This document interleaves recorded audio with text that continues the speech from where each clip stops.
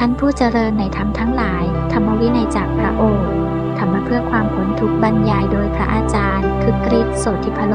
วัดนาป่าพงเจริญพรญาติโยมทุกคนนะวันนี้ก็ได้มีโอกาสมาให้ธรรมะกับพวกเราเพื่อประโยชน์ในการดำเนินชีวิตนะเราจะได้ทราบว่าจริงๆแล้วพระศาสดาเนี่ยได้สอนอะไรไว้กับพวกเราบ้างนะบางคนอาจจะคิดว่า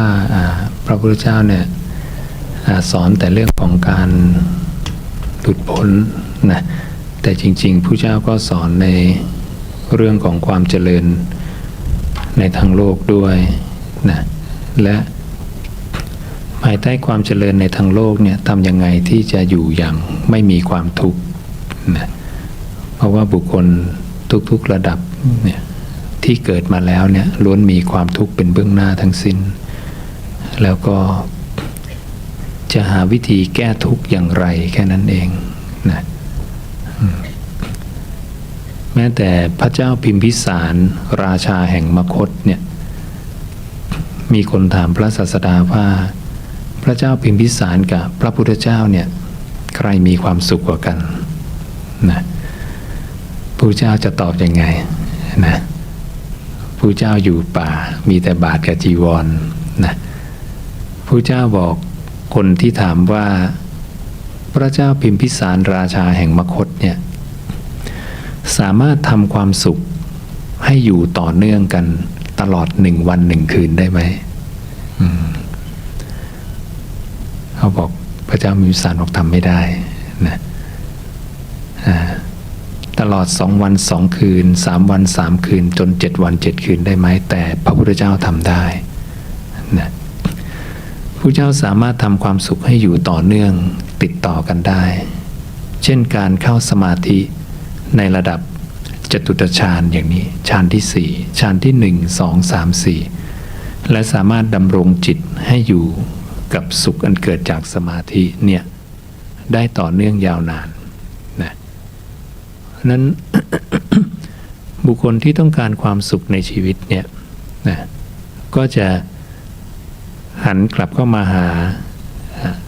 ความสงบของจิตนะเพราะว่าพระองค์เป็นราชาแห่งมคธแล้วเนี่ยพระองค์ก็มีความพร้อมทุกอย่างแต่บางทียังหาความสุขภายในจิตไม่ได้นะก็เลยวิธีในการที่จะหาความสุขภายในจิตเนี่ยคือการมาสำรวมจิตแค่นั้นเองพระองค์เรียกว่าสำรวมอินทรีย์ฝึกให้จิตมันอยู่กับที่นะแต่ธรรมชาติของจิตเนี่ยเป็นของไม่อยู่กับที่จิตมันจะมีการเคลื่อนไปเคลื่อนมาเคลื่อนไปเคลื่อนมานะขณะที่มันมีการเคลื่อนมาเคลื่อนไปเนี่ย พระศาสดาให้เห็นสัจจะความจริงตรงนี้แล้วก็พยายามให้ละความเพลินอย่าให้จิตเราเนี่ยเพลินไปกับความคิดความปรุงความแต่งพยายามดึงกลับมาแค่เนี้ย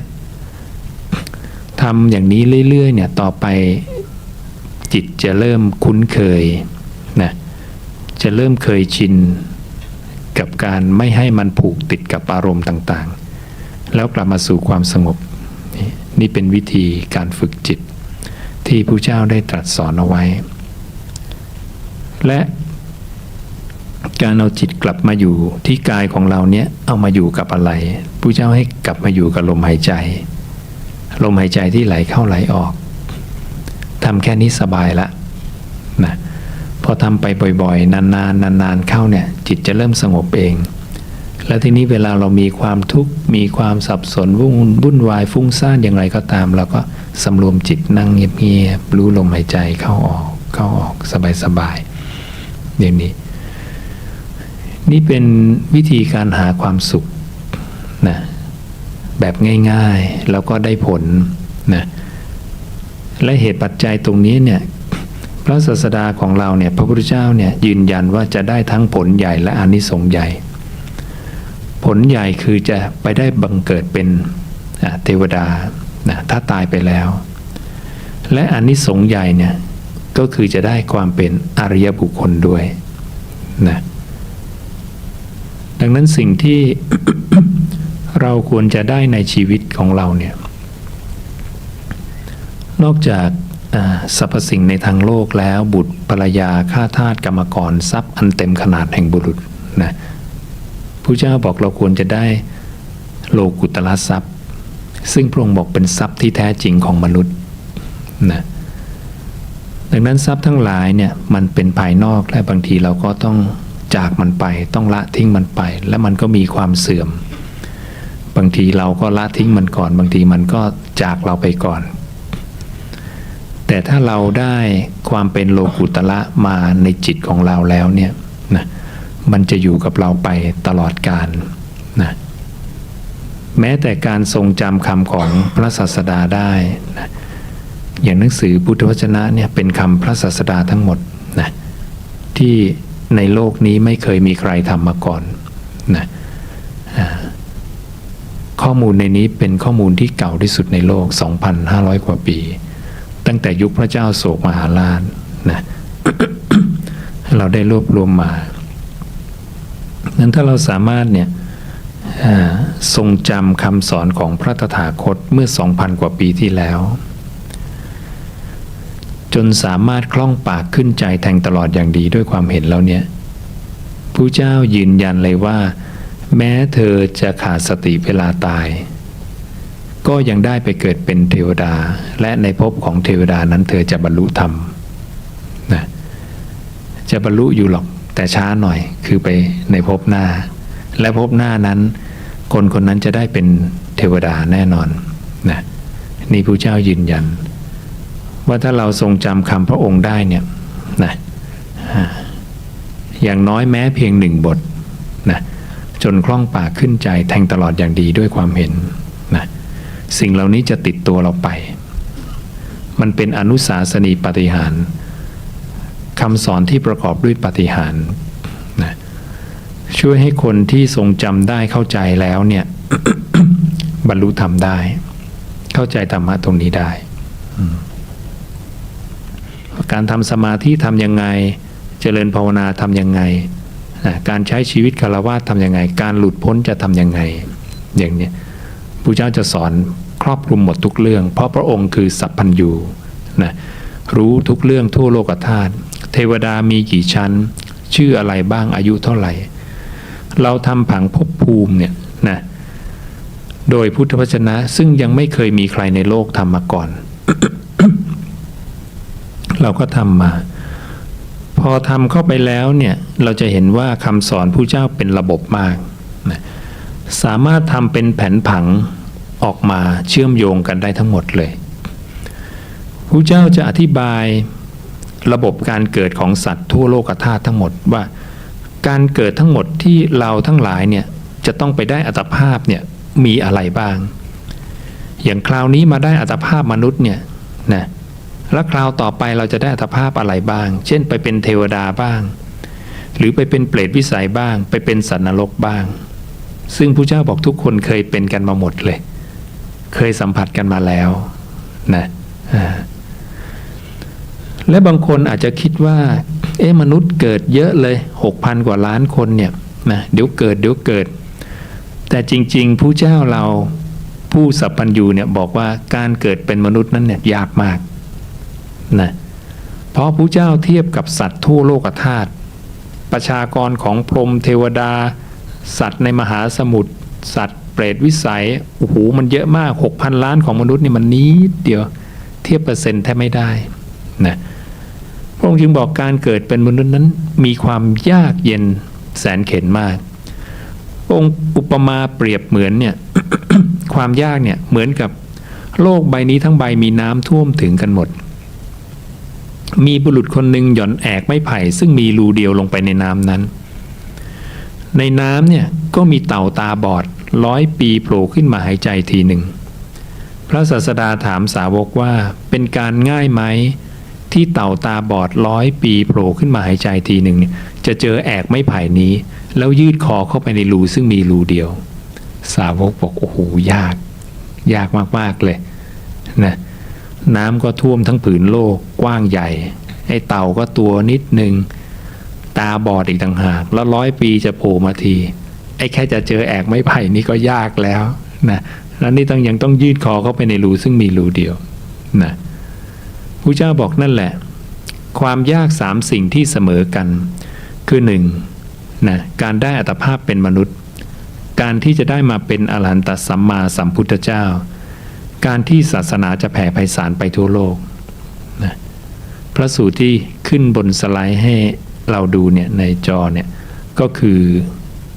ข้อมูล 2,000 กว่าปีนะจากพระไตรปิฎกฉบับสยามรัฐเก่าที่สุดนะนั้นเรายืนยันกันด้วยหลักฐานนะว่าพระเจ้าเนี่ยเคยตรัสอย่างนี้นะเราจะได้ทราบว่ามนุษย์ไม่ใช่เกิดง่ายๆไอ้ที่เราคิดว่าเดี๋ยวคงได้เป็นมนุษย์อีกทีนะไอ้นี่คิดเองแต่ถ้าเอาการญาณอย่างรู้ของพระเจ้าที่ท่านเห็นทั่วเนี่ยอดีตอนาคตไม่มีประมาณเนี่ยพระองค์บอกอย่างนี้นะและพระองค์บอกเลยว่ามนุษย์ที่ตายแล้วได้กลับมาเป็นมนุษย์อีกเนี่ยเหลือเท่ากับเศษดินที่ปลายเล็บเทียบกับอะไรเทียบกับผืนดินในมหาปฐพีดินทั้งโลกกับดินที่ปลายเล็บถามสาวกว่าอันไหนมากกว่ากันสาวกบอกโอ้โหเทียบกันไม่ได้เลยดินมหาปฐพีมากกว่าพระเจ้าบอกว่ามนุษย์ที่ตายแล้วได้กลับมาเป็นมนุษย์อีกเหลือแค่นี้เองเท่ากับเศษดินที่ปลายเล็บที่เหลือเนี่ยไปภพอื่นหมดเลยนะและภพที่ไปเนี่ยภพที่สูงเนี่ยไปน้อยโอกาสน้อยส่วนใหญ่จะไปภพที่ต่ำเราลองไปดูผังภพภูมิสิภพที่ต่ำเนี่ยมันมีเยอะแยะนะต่ำกว่ามนุษย์เนี่ยลงไปเป็นเปรตวิสัยนะลงไปเป็นเดรัจฉานนะลงไปเป็นสัตว์นรกบางคนคิดว่าเดรัจฉานดีกว่าเปรตนะเปรตดีกว่าเดรัจฉานนะเปรตสูงกว่าเปรตนี่ใกล้กับมนุษย์แล้วแต่เดรัจฉานนี่จะไปใกล้กับสัตว์นรกนะและการที่พวกเดรัจฉานเปรตวิสัยเนี่ยจะกลับมาได้เป็นมนุษย์อีกเนี่ยนานมากนะถ้าหลุดลงไปแล้วเนี่ยพระเจ้าจึงให้เราระวังความคิดเนี่ยระวังความคิดเพราะความคิดที่เป็นอกุศลเนี่ยคือภพอันเป็นอบายพวกนี้นะดังนั้นโอกาสที่สัตว์โลกเนี่ยเมื่อตายจากมนุษย์จะได้ขึ้นไปท่องเที่ยวในเทวโลกเนี่ยน้อยนะเราจะไปเป็นเทวดาเนี่ยโอกาสน้อยเป็นไปได้อยู่นะไม่บ่อยแต่ส่วนใหญ่จะท่องเที่ยวในภพข้างล่างและตัวเทวดาก็เหมือนกันพระเจ้าบอก อุปมาเหมือนมนุษย์เลยเทวดาที่ตายแล้วได้กลับมาเป็นเทวดาอีกเนี่ยนะเหลือเท่ากับเศษดินที่ปลายเล็บเทียบกับพื้นดินในมหาปฐพีเช่นเดียวกันนะดังนั้นเทวดาตายแล้วส่วนใหญ่ลงปุ๊กลงไปเปรตวิสัยไปสัตว์นรกเลยจะเป็นมนุษย์ก็ยากเท่ากับเนี่ยมนุษย์ครั้งหนึ่งจะได้มนุษย์อีกครั้งหนึ่งความนานตรงเนี้ยเท่ากับเต่าตาบอดที่เจอแอกไม้ไผ่หรือการเกิดมาเป็นสัมมาสัมพุทธะสักครั้งหนึ่งในโลกนะก็หลายสิบหลายร้อยกับมากนะนานเป็นล้านปีนะก็เลยอยากแนะนำว่าถ้าชีวิตนี้เรายังไม่ได้โสดาบันเนี่ยมันมีความเสี่ยงเพราะผู้ที่จะปิดอบายทุกขติวินิบาตนรกได้เนี่ยเริ่มต้นเนี่ยมีแค่ตั้งแต่โสดาบันขึ้นไปเท่านั้นอริยบุคคลเนี่ยจะมี4พวกคือโสดาบันบุคคลนี่ต่ำสุดนะสกทาคามีขึ้นมาหน่อยหนึ่งอนาคามีบุคคลและพระอรหันต์นี่คือหลุดพ้นไม่ต้องเกิดอีกก็เลยแนะนำของเตี้ยๆก่อนใกล้ๆกับปุถุชนก่อนจากปุถุชนขึ้นไปเนี่ยก็คือโสดาบันนะว่าเราจะต้องมีอะไรบ้างนะเพื่อไม่ให้เราเนี่ย ต้องไปเวียนว่ายในอบายทุกขติวินิบาตนรกโสดาบันก็เลยต้องมีความเลื่อมใสอันอย่างลงมั่นไม่หวั่นไหวในองค์พระพุทธเจ้านั่นคือโสดาบันต้องรู้ว่าข้อมูลใดในโลกนี้ถูกต้องนะต้องค้นคว้าหาข้อมูลจากที่ไหนจากคำสอนของใครในโลกก็คือโสดาบันจะเชื่อมั่นพระพุทธเจ้าอย่างไม่หวั่นไหวนะเมื่อ โสดาบันเชื่อมั่นในพระศาสดาอย่างไม่หวั่นไหวก็จะมาเสพคบคำสอนของพระพุทธเจ้าแล้วก็เดินตามประพฤติปฏิบัติตามหนทางอันนั้นหนทางนั้นคือมรรคมีองค์8หรือพูดย่อเหลือ3ที่เราคุ้นเคยคือศีลสมาธิและปัญญาหรือพูดย่อเหลือ2คือสมถะกับวิปัสสนาหรือเหลือ1เดียวก็คือนั่งรู้ลมหายใจเข้าออกนะนี่ย่อที่สุดง่ายที่สุดแล้วก็ได้ผลที่สุดพระพุทธเจ้าเราเองก็ใช้อานาปานสติอยู่กับลมหายใจเป็นวิหารธรรมจนพระองค์ขนานนามลมหายใจว่าตถาคตวิหารเครื่องอยู่ของพระตถาคตหรืออริยวิหารเครื่องอยู่ของพระอริยบุคคลนะเนี่ยความเป็นอริยะเราหาได้ไม่ยากไม่ไกลเกินเอื้อมแค่เราทุกคนช่วยกันกลับมาดูลมหายใจตัวเอง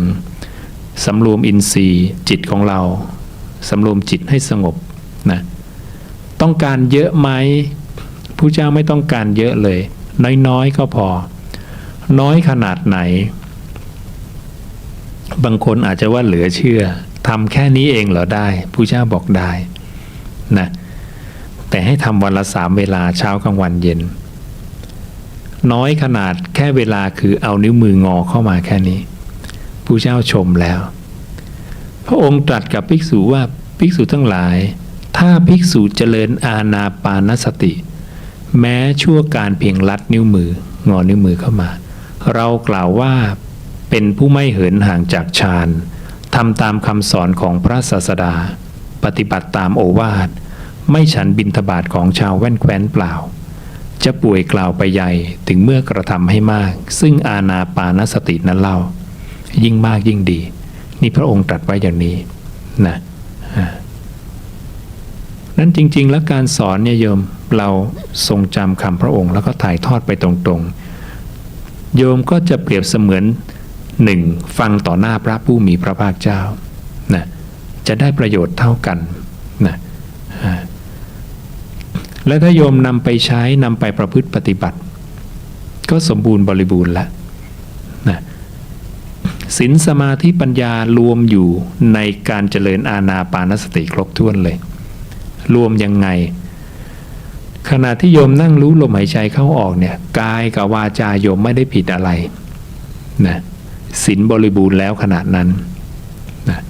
จิตไม่ได้ไปท่องเที่ยวที่ไหนไม่ได้ไปรับอารมณ์อะไรอยู่แต่กับลมหายใจเข้าออกสมาธิเกิดแล้ว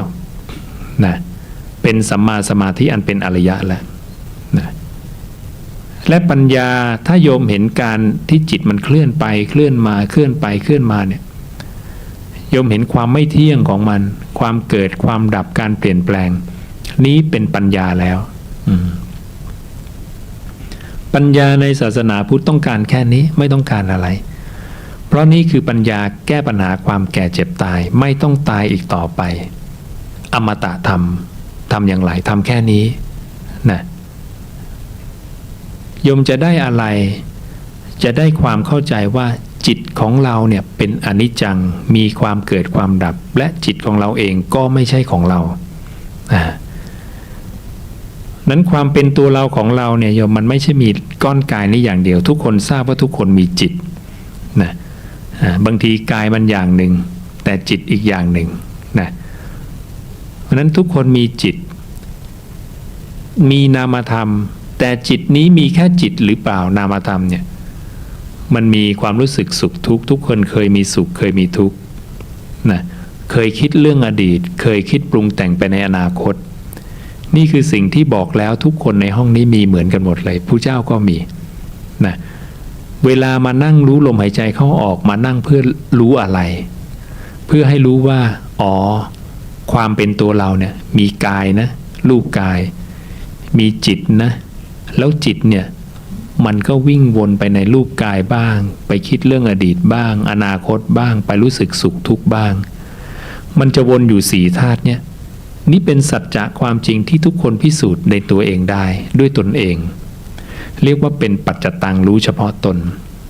ผู้เจ้าเราเปรียบเหมือนนักสังเกตธรรมชาตินะเข้ามาสังเกตธรรมชาติแต่ธรรมชาติเนี่ยเป็นเรื่องของจิตเป็นเรื่องของตัวตนว่าไอ้ความเป็นเราเนี่ยมันมีกี่ชนิดกี่ประเภท แล้วมันทำงานกันอย่างไรนะนั้นอย่างพวกชาวอียิปต์อะไรเนี่ยนั่งสังเกตดวงดาวทุกวันจนสามารถเขียนแผนที่ดวงดาวได้โดยไม่ต้องมีกล้องโทรทัศน์เลยนะพลอตออกมาได้จนปัจจุบันก็ยังใช้ได้อยู่แต่ผู้เจ้าเราเนี่ยมาสังเกตจิตว่าจิตทำงานยังไงอ๋ออย่างนี้ปุ๊บแล้วก็บัญญัติออกมาการบัญญัติตรงนี้พวกเรารู้ตามได้เพราะจิตทุกคนเหมือนกันหมดนะร่างกายทุกคนก็ประกอบด้วยธาตุสี่ดินน้ำไฟลมเหมือนกันหมดนะมีความเสื่อมมีความแตกสลายไปจิตเองก็เหมือนกันไม่ได้ต่างกับร่างกายมีการเกิดการดับอยู่ตลอดเวลาพระเจ้าเมื่อสังเกตแล้วเนี่ยจึงบัญญัติว่าจิตของทุกคนเนี่ยมีการเกิดดับเลยสอนภิกษุว่าภิกษุทั้งหลายสิ่งที่เรียกกันว่าจิตบ้างมโนบ้างวิญญาณบ้างนั้นเนี่ยดวงหนึ่งเกิดขึ้นดวงหนึ่งดับไปตลอดวันตลอดคืนจิตเราเกิดดับตลอดปุถุชนผู้ไม่ได้สดับในธรรมคนที่ไม่เคยได้ยินได้ฟังธรรมะพุทธเจ้าจะไม่มีทางรู้เลยว่าจิตเกิดดับเพราะจิตเกิดดับถี่ยิบเร็วมากเรียกว่าเป็นเสี้ยวหนึ่งในล้านวินาทีเลยปุ๊บเราจึงรู้สึกว่าจิตไม่มีการสะดุดเลยรู้ต่อเนื่องกันเนียนสนิทเลยนะทั้งที่ความจริงของมันเนี่ยมันมีเกิดมีดับมีเกิดมีดับอยู่ตลอดเวลาเลยเหมือนเราเห็นไฟแผงไฟโฆษณาที่มันวิ่งเนี่ยแต่จริงๆแล้วไฟมันไม่ได้วิ่งนะไฟดวงหนึ่งดับดวงหนึ่งเกิดดวงหนึ่งดับดวงหนึ่งเกิดเนี่ยไปเรื่อยๆมันเลยทำให้เรามองไกลๆเห็นมันวิ่งไปวิ่งมาหลักการเดียวกันเลยจิตเราเนี่ยที่เคลื่อนไปรู้เรื่องนั้นเรื่องนี้มันอาศัยการเกิดดับผู้เจ้าอธิบายอย่างเวลาเรารู้ลมหายใจแล้วมันหลุดไปคิดเรื่องอดีตโยมกำลังนั่งสมาธิอยู่นั่งรู้ลมเข้าลมออกไปคิดเรื่องอดีตอีกแล้วหรือหลุดไปคิดเรื่องอนาคต สมมติมันหลุดไปคิดเรื่องอดีตเนี่ยโยมจริงๆแล้วจิตมันไม่ได้วิ่งไปอย่างนี้แต่ทุกคนจะคิดว่าจิตฉันหลุดไปวิ่งไปคิดเรื่องอดีตแต่จริงๆไม่ใช่สัจจะความจริงเนี่ยพระเจ้าบอกว่าจิตดวงเนี้ยจะดับจิตดวงใหม่จะเกิดกระบวนการนี้เร็วมากจนเราเองมองไม่ทันขนาดว่าเราบอกว่ามันเป็นจิตเรายังมองไม่ทันเลยนะแต่พระเจ้ามีสมาธิที่ตั้งมั่นสูงมากก็เลยสามารถเห็นเป็นแบบภาพสโลโมชันว่าอ๋อจิตดวงนี้ดับจิตดวงใหม่เกิดอย่างนี้แล้วก็นำมาอธิบายให้พวกเราแล้วก็บัญญัติว่าอ๋อนี่คือเรียกว่าการมาการไปของจิตนั้นคนทั่วไปที่ดูไม่ทันก็เลยคิดว่าจิตหรือวิญญาณเนี่ยเคลื่อนไปในอารมณ์นั้นอารมณ์นี้ไปเที่ยวภพนั้นภพนี้แต่จริงๆจิตเนี่ยมันเป็นอนัตตาคือตัวตนเนี่ยมันมีชั่วคราวมันไม่ได้มีถาวรและมันไม่ใช่ของใครมันเป็นธาตุตามธรรมชาติปุถุชนผู้ได้สดับในธรรมของพระตถาคตจะเริ่มรู้ว่าจิตเกิดดับและจะเริ่มถอนอุปทานออกจากจิตว่าอ๋อจิตนี้ก็ไม่ใช่เรากายนี้ก็ไม่ใช่เราไม่มีอะไรเป็นเราอุปทานอัตวาทุปาทานจะถูกถอนออกมาได้พระเจ้ายืนยันว่าไม่มีศาสดาใดในโลกสอนเรื่องอัตวาทุปาทานศาสนาทุกศาสนาในโลกเนี่ย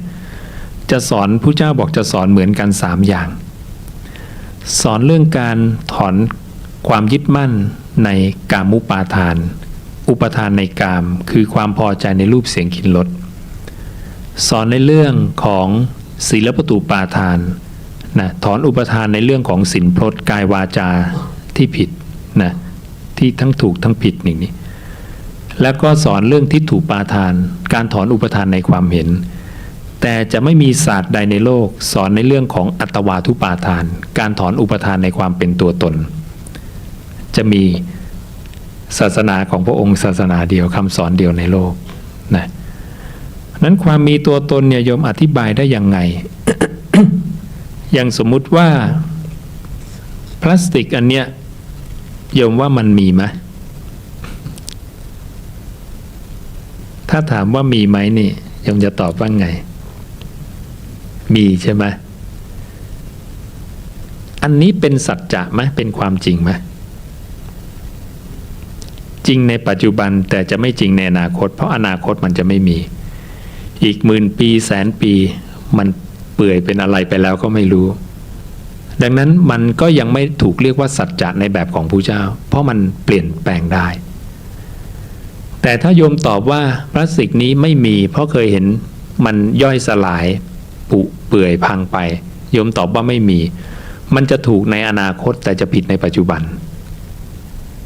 ดังนั้นทิฏฐิคือความเห็นสองอย่างคือความมีกับความไม่มีเนี่ยพระเจ้าบอกยังไม่ใช่นะคำตอบที่ถูกต้องของสิ่งนี้คืออะไรสิ่งนี้มีขึ้นตั้งอยู่แล้วหายไปมันจะจริงตลอดกาลอดีตก็จริงปัจจุบันจริงอนาคตก็จะจริงนะอะไรที่จะทำขึ้นในอนาคตก็จะเกิดขึ้นตั้งอยู่หายไปอะไรที่เคยทำมาแล้วในอดีตก็จะเกิดขึ้นตั้งอยู่หายไปสิ่งที่มีในปัจจุบันก็จะเกิดขึ้นตั้งอยู่และหายไปนะนี่คือคำสอนที่เรียกว่าเป็นมัชฌิมาปฏิปทาทางสายกลางไม่เข้าไปหาส่วนสุดทั้งสองคือความมีกับความไม่มีอย่างนี้เนี่ยลักษณะคำสอนของผู้เจ้าจะเป็นอย่างนี้คือจริงจริงจริงตลอดจะไม่มีไม่จริงความจริงอย่างนี้ที่ตรงจริงตลอดกาลเนี่ยถูกเรียกว่าอักกาลิโกถูกต้องตรงจริงไม่ถูกจำกัดด้วยการเวลาจะเปลี่ยนไปกี่พันปีก็ตามคำสอนของผู้เจ้าจะตรงจริงตลอดเป็นอย่างนี้นะเช่นอะไรคำสอนของผู้เจ้าที่เราเห็นได้ด้วยตนเองว่าจริงตลอดเลยเช่นผู้เจ้าถามมีคนถามผู้เจ้าว่าผัสสะเนี่ยเป็นของใครผู้เจ้าบอกผัสสะไม่ใช่ของใครหรอกนะพวกเราก็อาจจะงงว่านี่มันฉันเห็นนะฉันได้กลิ่นฉันได้ยิน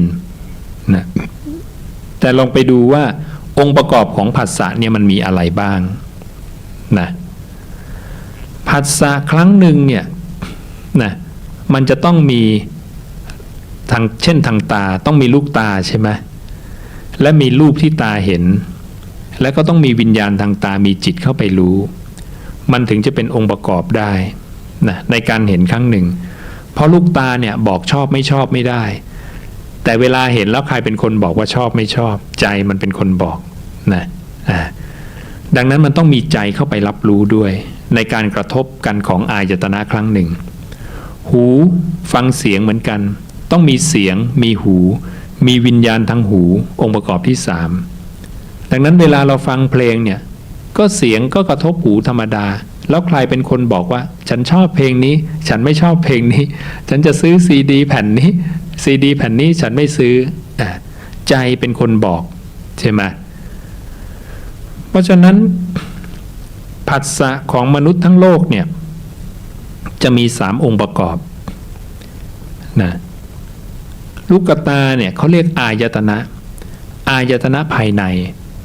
ส่วนรูปแผ่นซีดีเนี่ยเรียกอายตนะภายนอกนะคือรูปตาเห็นรูปใจเข้าไปรู้นะเสียงคืออายตนะภายนอกหูคืออายตนะภายในนะอายตนะหมายถึงเครื่องไต่ต่อเชื่อมระหว่างจิตกับด้านรูปธาตุดังนั้นรูปกายของเราเนี่ยพวกอายตนะเนี่ยมันจะมีการรับรู้ได้ผ่านตัวนี้ร่างกายเราเนี่ยมีการรับรู้เชื่อมกับจิตได้เนี่ยผ่านอายตนะตาหูจมูกลิ้นกาย5ช่องทางนี้นะจึงถูกนิยามว่าอายตนะคือเครื่องไต่ต่อให้เกิดความรู้ขึ้นมานะดังนั้นอายตนะเนี่ยจึงเป็นเหตุให้เกิดผัสสะพอผัสสะแล้วเนี่ยจะเกิดอะไรขึ้นเวลาตาเราเห็นรูปแล้วเราจะเกิดชอบไม่ชอบใช่ไหมพอใจไม่พอใจนะเรากินอาหารสัมผัสทางลิ้นมาเราก็จะเกิดชอบไม่ชอบอาหารนี้รสชาติดีไม่ดีนะดีแล้วก็กินต่อสั่งต่อนะอันนี้เกิดเวทนาขึ้นนั่นเองนะเวทนาจะเกิดเมื่อผัสสะกระทบนะฟังเขานินทาเรามาปุ๊บจะเกิดละไม่พอใจเกิดไม่ชอบละถ้าฟังเขาสรรเสริญปุ๊บชอบหูมันไม่รู้เรื่องอะไรนะใจเป็นคนคำนวณทุกอย่างเลยเห็นนะเพราะนั้นผัสสะปุ๊บจะเกิดเวทนาปุ๊บจะเกิดตัณหาความอยาก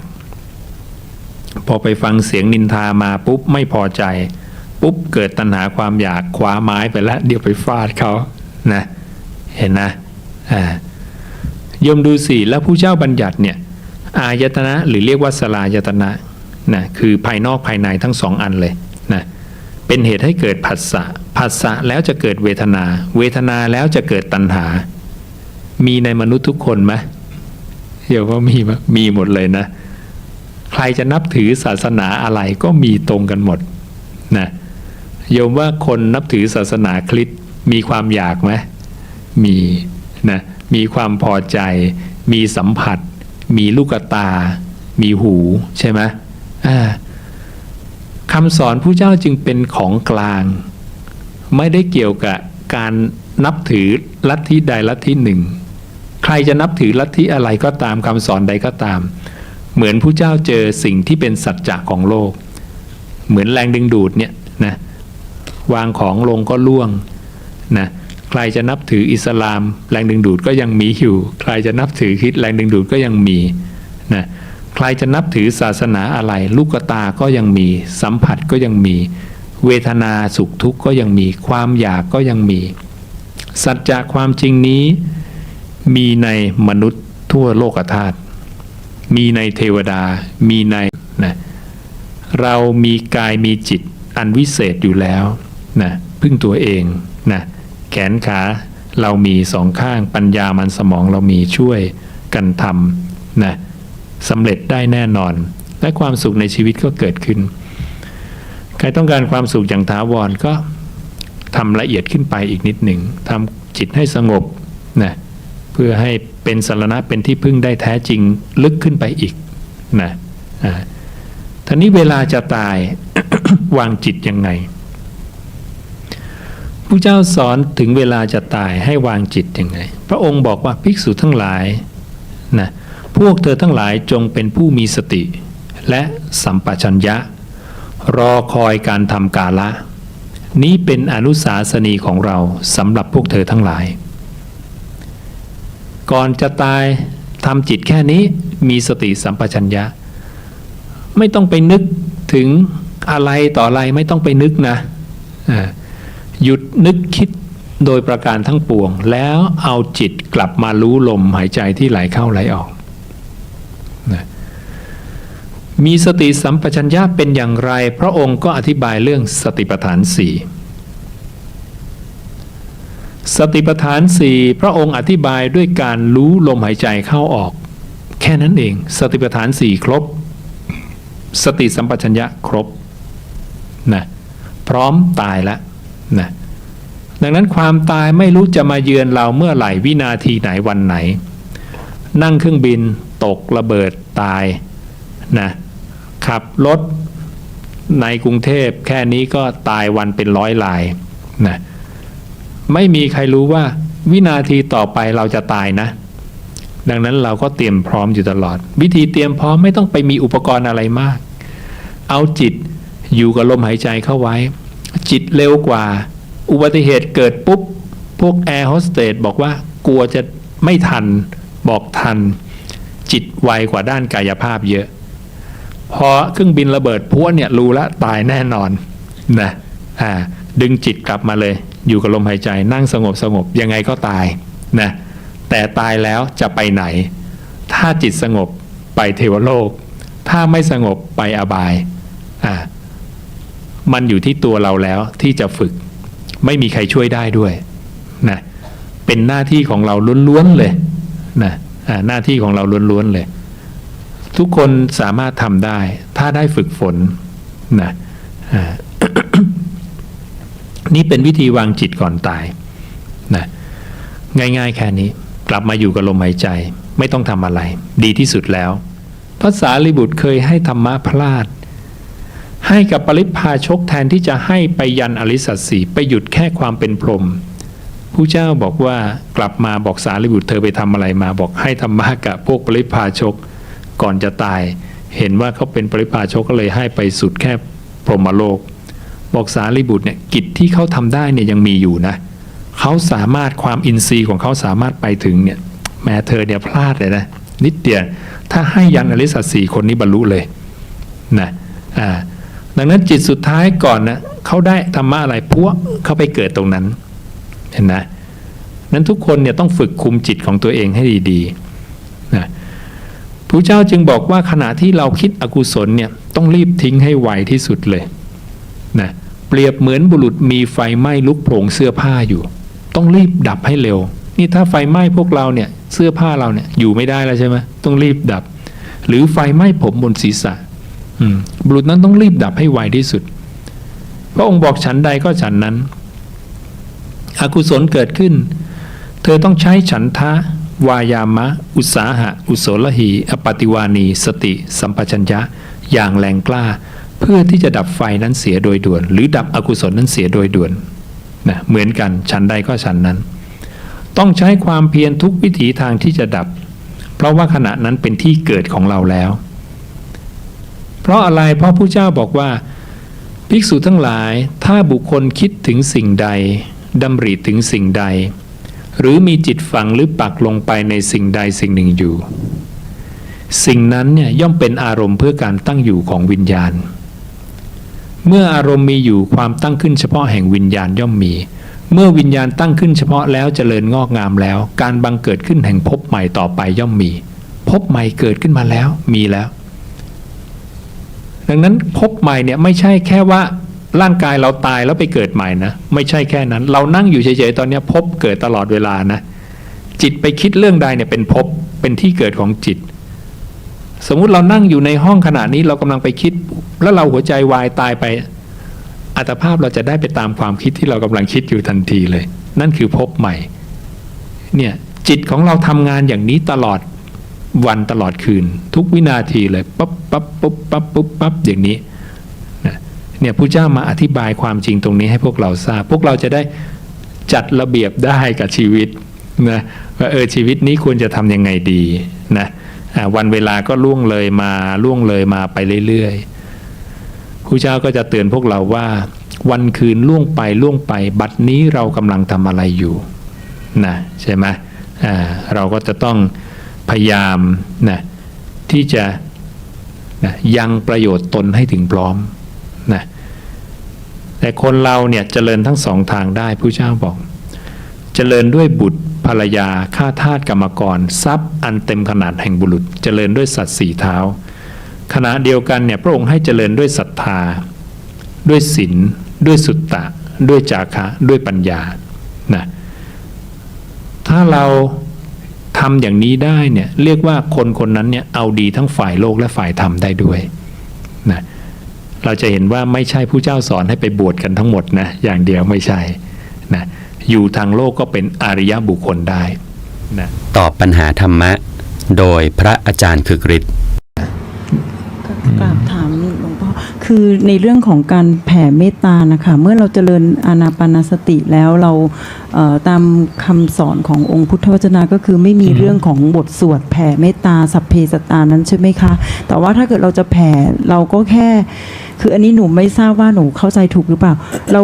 แผ่ไปโดยไม่มีประมาณไม่เลือกเขาเลือกเราแค่น้อมจิตไปแผ่เมตตาให้กับเพื่อนร่วมเกิดแก่เจ็บตายอย่างนี้ถูกหรือเปล่าคะก็ได้มันทำได้ในทุกระดับของสมาธิไงแล้วสมาธิมันมีหลายระดับก็ไม่ได้มีหลักเกณฑ์อะไรนะได้มีรูปแบบว่าต้องท่องบทนั้นบทนี้ใช่ไหมคะไม่มีจะมีที่พระองค์ตรัสเนี่ยมีเรื่องของบทพยัญชนะที่เกี่ยวกับเมตตาอยู่เหมือนกันนะเราจะ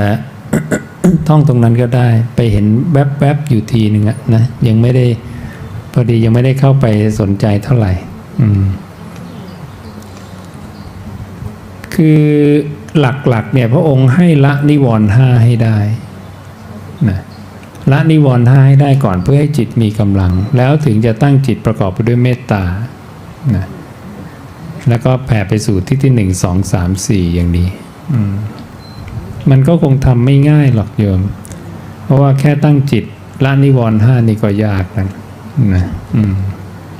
ไม่งั้นคนเจริญเมตตา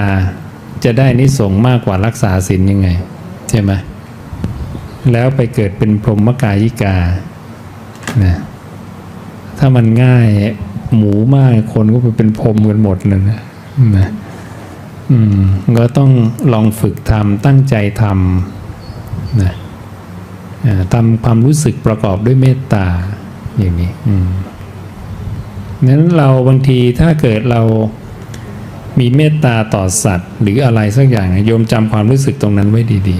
ๆอย่างนี้แล้วเราก็ลองมาทำความรู้สึกไว้ในใจของเราเวลาเรานั่งสมาธิเราจะรู้สึกอย่างนั้นกับสรรพสัตว์ทั้งหลายอย่างเงี้ยดังนั้นเมตตาเนี่ยการเจริญเมตตาก็เป็นธรรมเครื่องปรุงแต่งเนี่ยพระเจ้าตรัสไว้เป็นธรรมเครื่องปรุงแต่งเราต้องปรุงแต่งความรู้สึกนี้ขึ้นมาความรู้สึกอันประกอบด้วยเมตตานี่ความรู้สึกนี้จะมีได้ก็ต้องละนิวรณ์5ให้ได้ก่อนนิวรณ์5ก็จะมีกามฉันทะความพอใจยินดีในรูปเสียงกลิ่นรสนะกามฉันทะพยาบาทความไม่พอใจนะถีนมิทธะนะจิตที่หดหู่ซึมเศร้าง่วงเหงาหาวนอนอย่างนี้อุทธัจจะกุกุจจะความฟุ้งซ่านแล้วก็วิจิกิจฉาความสงสัยลังเลความสงสัยอะไรไม่ต้องสงสัยอะไรมั้ยไม่ต้องสงสัยวางข้อสงสัยทำเลยพระพุทธเจ้าบอกรู้ลมหายใจกับรู้ลมเข้าลมออกวางความสงสัยไปยังไม่ต้องสงสัยอะไรทำก่อนลงมือทำจากนั้นมีข้อสงสัยอะไรมันก็ค่อยๆแกะไปทีละเรื่องทีละเรื่องนะมานึกนะเหมือนมันเหมือนแบบขุมทรัพย์หีบสมบัติอะไรอย่างเนี้ยเขาบอกมีเพชรอยู่ในเนี้ยโยมไม่ต้องสงสัยมีหรือไม่มีคุยเลย ลงมือคุยเขี่ยเลยใช่ไหมคือทำเลยเดินเลยเขาบอกเส้นทางเนี้ยไปถึงที่หมายโยมเดินเลยเดินบนเส้นทางนี้ไปเลยอาศัยความศรัทธาความเชื่อมั่นนะแล้วพระศาสดาก็จะบอกเหมือนจุดตรวจสอบเป็นระยะไปเรื่อยๆอยู่แล้วว่าก้าวหน้าเป็นยังไงเมื่อถึงที่หมายตรงเนี้ยมันจะเกิดอะไรขึ้นเช่นถึงโสตาปัฏฐิผลจะเกิดอะไรขึ้นพระเจ้าก็บอกว่า จะละมิจฉาทิฏฐิแบบต่างๆได้เราก็ดูเราละมิจฉาทิฏฐิแบบต่างๆได้หรือยังสุขทุกข์เกิดจากผู้อื่นบันดาลกรรมเกิดจากผู้อื่นบันดาลนะหรือเกิดจากตนเองบันดาลหรือทั้งตนเองทั้งผู้อื่นหรือเกิดมาเองลอยๆใช่ไหมโดยปราศจากสาเหตุความเห็นพวกนี้เราล้างหมดหรือยังมงคลตามแบบสมณพราหมณ์เหล่าอื่นเขาว่าเนี่ยตัวเลขเป็นมงคลนะ9 โมง 9 นาทีนะเขาว่าดวงดาวเล็งอย่างนี้เป็นมงคลนะเราหมดความเชื่อถือตรงนี้ลักษณะอย่างเนี้ยนะมิจฉาทิฏฐิแบบต่างๆเหล่านี้ถ้าเราวางได้ละได้นะก็เข้าถึงความเป็นโสดาบันบุคคลเป็นผู้สมบูรณ์ด้วยทิฏฐิดังนั้นเราก็ต้องไปดูเช็คว่าพระเจ้าเนี่ยตัดมีอะไรบ้างมิจฉาทิฏฐิแบบต่างๆใช่ไหมนั่นแหละพอถึงจุดนี้ปุ๊บนี่เป็นจุดเช็คแล้วโสดาบันผ่านไม่ผ่านแล้วใครเช็คใครได้ไหมไม่ได้นอกจากเช็คตัวเองสุดท้ายก็ขออนุโมทนากับพวกเราทุกคนที่ได้มาทำบุญถวายทานมาสั่งสมสุตตะในคำของตถาคตมากระทำกิจเนื่องด้วยการฟังกระทำกิจเนื่องด้วยความเป็นผู้สูตรแทงตลอดอย่างดีด้วยทิฏฐิก็ขอให้เป็นเหตุเป็นปัจจัยพวกเราได้รับอานิสงส์ตามที่พระศาสดาได้ทรงบัญญัติไว้แล้วทุกประการรวมทั้งผู้ที่รับชมรับฟังอยู่ทางบ้านและทุกๆสถานที่ทั้งในประเทศและต่างประเทศและได้ดวงตาเห็นธรรมสำเร็จมรรคผลนิพพานในอนาคตการนั้นใกล้โดยทั่วกันทุกท่านทุกคนเถิดอย่าลืมกดไลค์กดติดตามเพื่อร่วมกันเผย